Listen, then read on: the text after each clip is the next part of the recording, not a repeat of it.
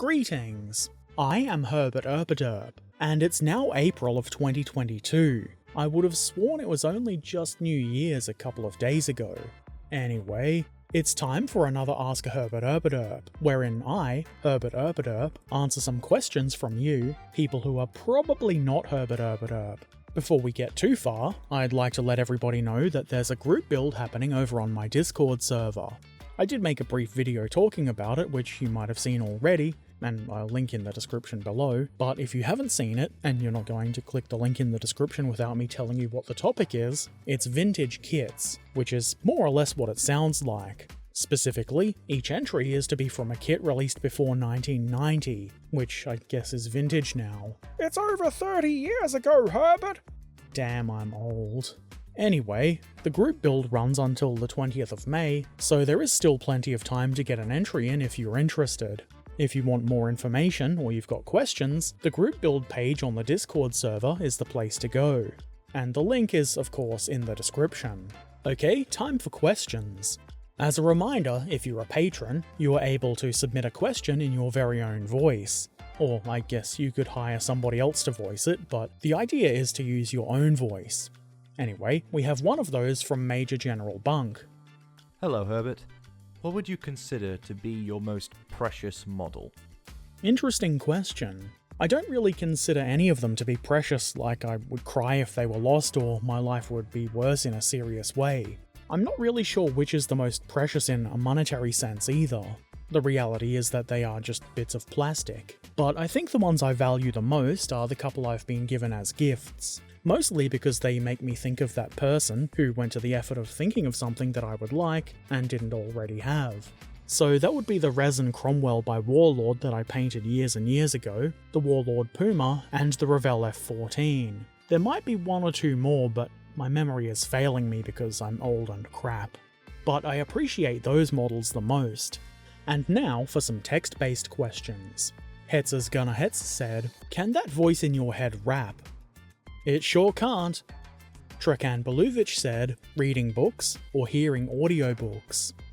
There is definitely a pleasure in reading books, and I would do much more of it if my circumstances were different, but I do also like audiobooks quite a lot, and I listen to them far more frequently than I get to actually read a book. Particularly, I like to listen to them when I go to bed. It's more helpful to get to sleep doing that than with an actual book, because either I drop the book on my face, or I nod off and then wake up again because the light is on, and then find myself unable to go back to sleep, which is obviously not ideal. But with an audiobook, you can set a timer so that you don't really lose your place, and you don't need the light on, so you don't need to turn the light off. They are also pretty good for driving. I don't have a horrendous multi-hour commute anymore, thankfully, but I used to get through so many audiobooks doing that. Usually when I'm driving I feel like listening to music, but when I don't, an audiobook is great. Lately I've been listening to the Bobbyverse, which is a bit of a silly name, but that's what the series is called. It starts with the book We Are Legion, We Are Bob, and the author is Dennis E. Taylor. I recommend it. I haven't got to the fourth book yet, but the first three are pretty good. And before that, I really enjoyed Project Hail Mary, which is from the author of The Martian, and The Three Body Problem, the first Chinese sci-fi I've ever read, or, well, heard, I guess. Peter Enko said, "Is bashing 100th scale kits to make a 100th scale Tiger 1 Porsche a good idea?" I guess it depends. If it's something you really want, then sure, it's a good idea. If you don't like kit bashing or you don't really want a Porsche Tiger, then it's probably a bad idea. I don't know if the metal and resin Tiger P from Battlefront can still be bought, but I think that's the only one in that scale that I've ever seen. A plastic one though would be wonderful. Probably not likely to happen, so making your own might be the only way to get one. If you do build it, I would love to see pictures, and I'm sure many others would too. That British model guy said, "Have you had a model that you loved only to ruin it with paint or weathering?" I don't think so. Others will certainly disagree, but I don't think I've ever really ruined a model with paint. I'm usually not 100% satisfied with the paint jobs I do, which I think is kind of normal really, but I don't think I've ever ruined anything, at least not as an adult. I'm pretty sure everything I painted as a kid would count as ruined, but that's just what kids do. You sound like you should be in a rocking chair yelling at kids to get off your lawn, old man. Yeah, no good punk kids.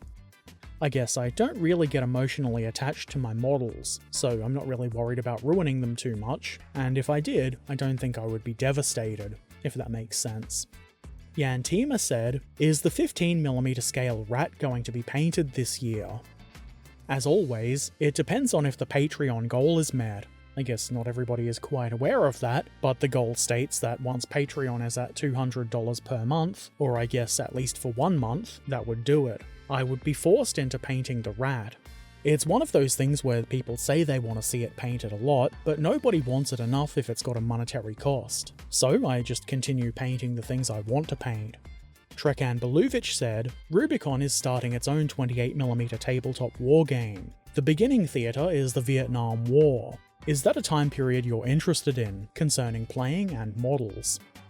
I've been asked if I've heard of this before, and I have, and it seems like a time period that doesn't have much in the way of wargaming rules and models, though I don't know much, so there could be this huge amount of Vietnam-related war games that I've just never heard of. I do find the time period kind of interesting though, largely the equipment really, like Centurions, which Australia used in Vietnam. I'm definitely interested in the Rubicon kits like the Pershing and the Huey.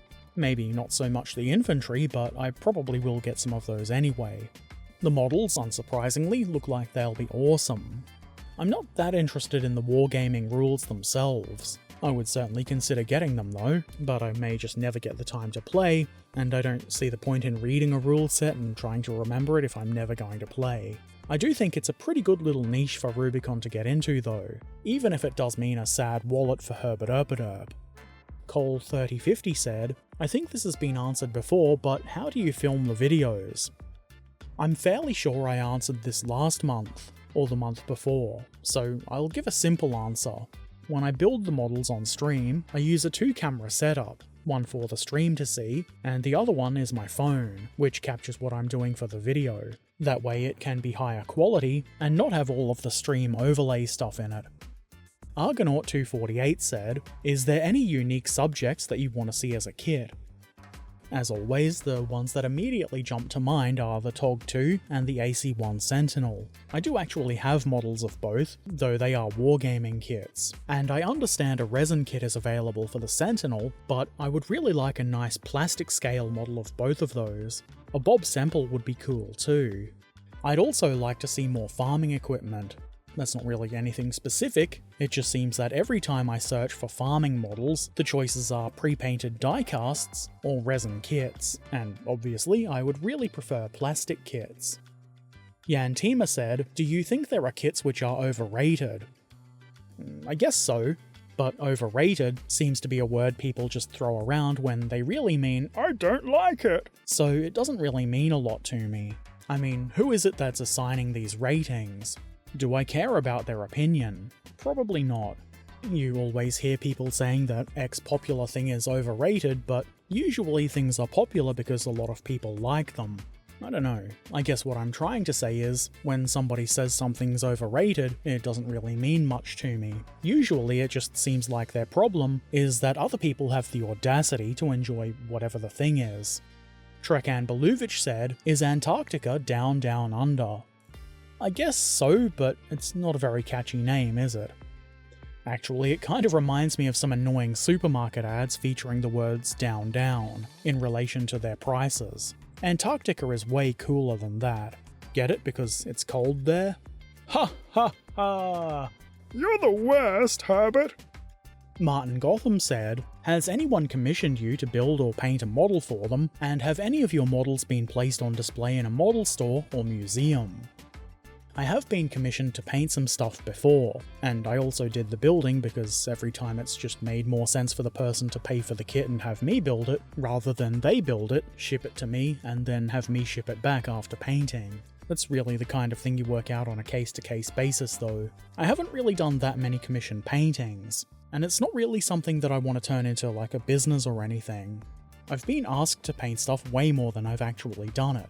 because often when I quote a price to be reasonable, which mostly takes into consideration the time I would be spending, a lot of people are unwilling to go further because they expect you to be happy to spend hours of your time for $10 or a shout out to their 20 Instagram followers. These people are often quite rude too, which automatically means I won't be doing anything for them, at least not without an extra cost.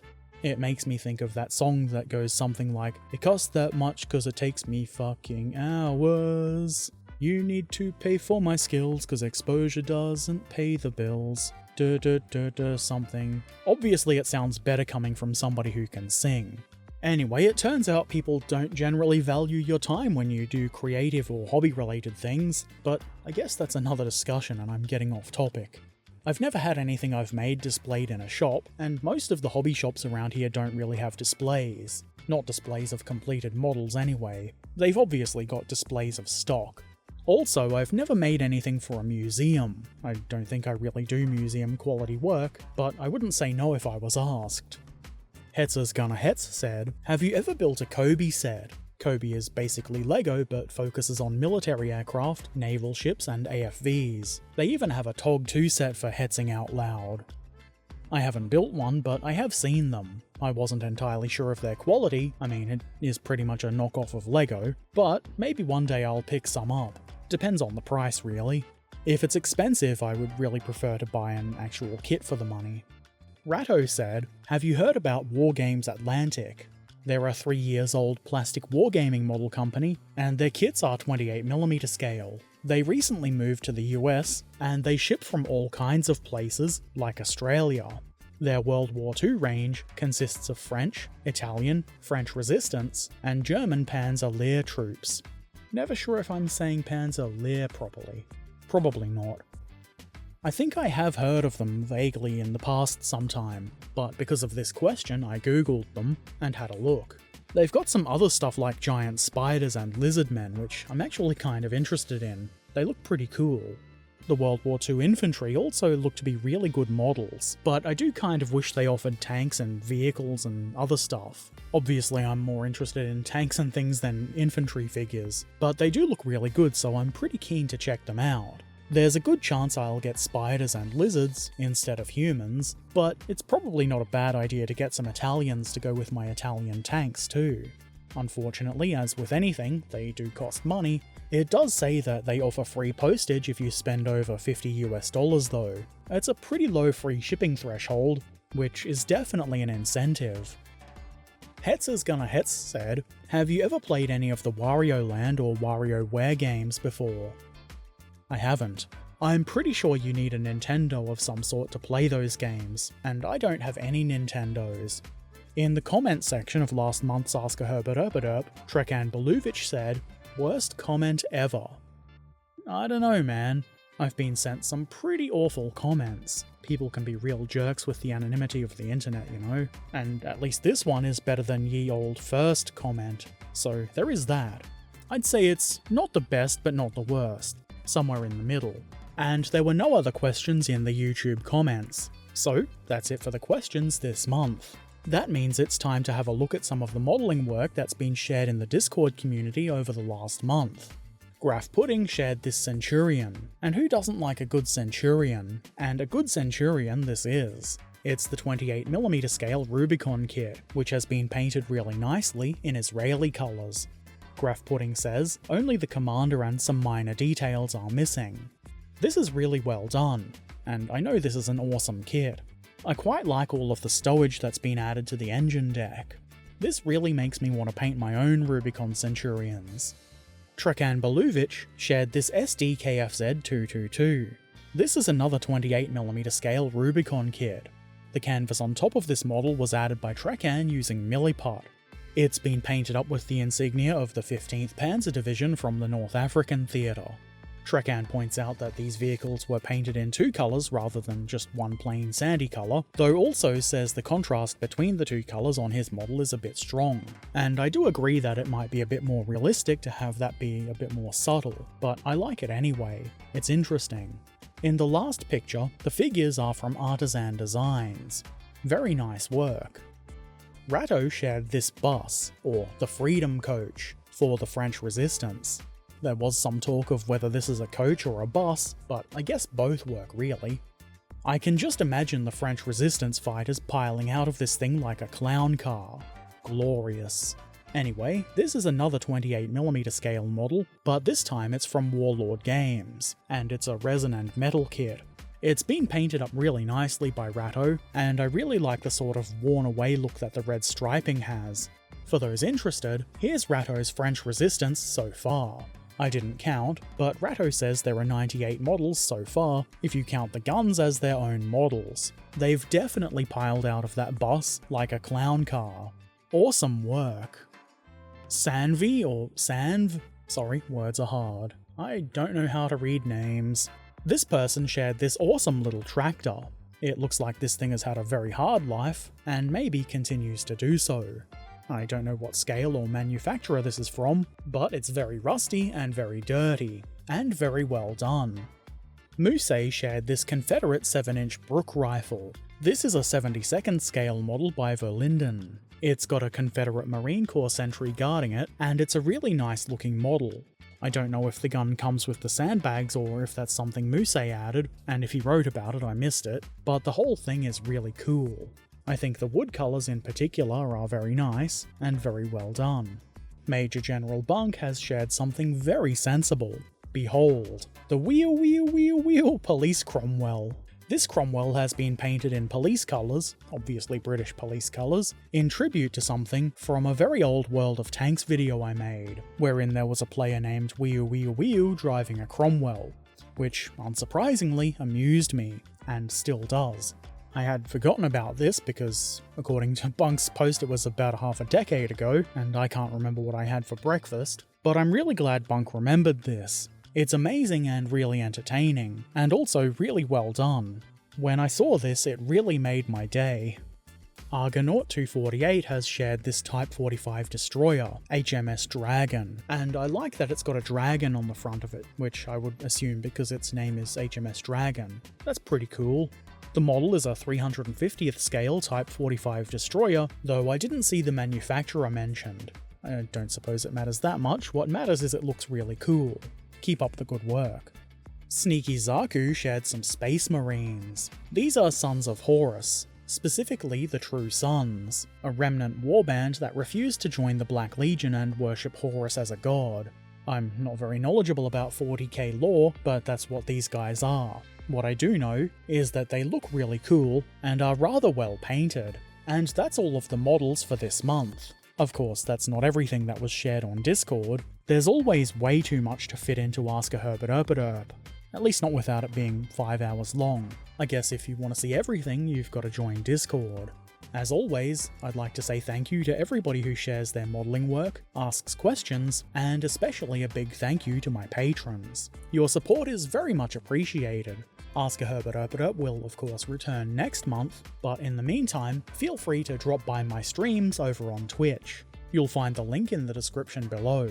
This month I'll be finishing off the Vespid Panther, starting work on the Copper State models Panzer Sparwagen 1ZM, and I also found an old 40k Tau XV88 broadside. Well, I think it's the same one they still sell, but it's been sitting in storage for quite a while, probably about 10 years. Anyway, I'll be putting that together on stream as well. And of course there will probably also be video game shenanigans, because, you know, why not? Come watch me stream, it'll be fun times. Okay, so that's it for now. Take care of yourselves and I'll see you next time. Thanks for watching.